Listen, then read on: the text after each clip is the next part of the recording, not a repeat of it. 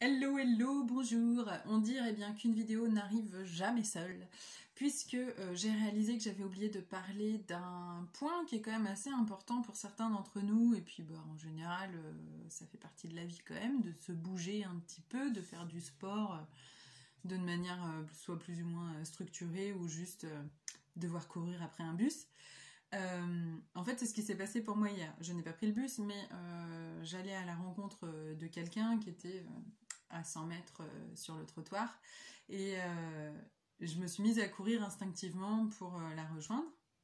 Et je me suis dit, oh la vache, j'ai même pas pensé que j'avais une stomie, je l'ai même pas senti, etc. Alors que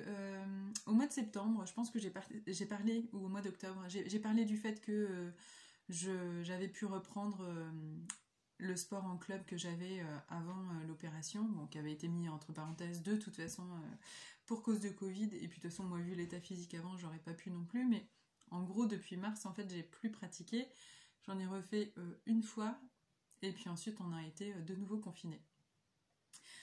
Et donc à l'occasion de cette fois-là, j'étais contente, j'étais allée mollo, mais je pouvais recourir, je sentais un peu la poche, mais ça pouvait le faire, quoi. Et là, hier, donc le 23 décembre, plus de 6 mois après l'opération, j'ai couru et j'ai même pas pensé à ma stomie, je l'ai pas senti, et ça m'a fait super plaisir parce que, ben voilà, clairement, dans mon quotidien, dans tous mes mouvements, je peux faire quasiment tout ce que je faisais avant. Il y a juste, ça m'arrive de faire des étirements je vais pas dire du yoga parce que j'en suis quand même loin, mais bref, des étirements qui pourraient me faire du bien au niveau des jambes et tout ça, et notamment la posture de l'enfant, et ça peut être un peu compliqué, mais d'autres postures où on n'est pas complètement plié, cuisse contre ventre, tout le reste, c'est vraiment agréable de le faire, et possible de le faire surtout. Donc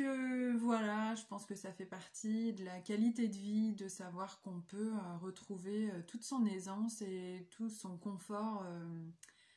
son intégrité physique et de mouvement avec une stomie. Pour rappel, si jamais c'est la seule vidéo que vous regardez de ce que je fais, j'ai une maladie de Crohn, c'est une iléostomie que j'ai depuis le 9 juillet 2020. Donc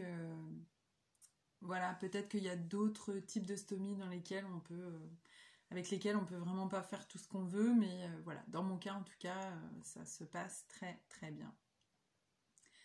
Voilà, bonne fin d'année, à bientôt, et à bientôt.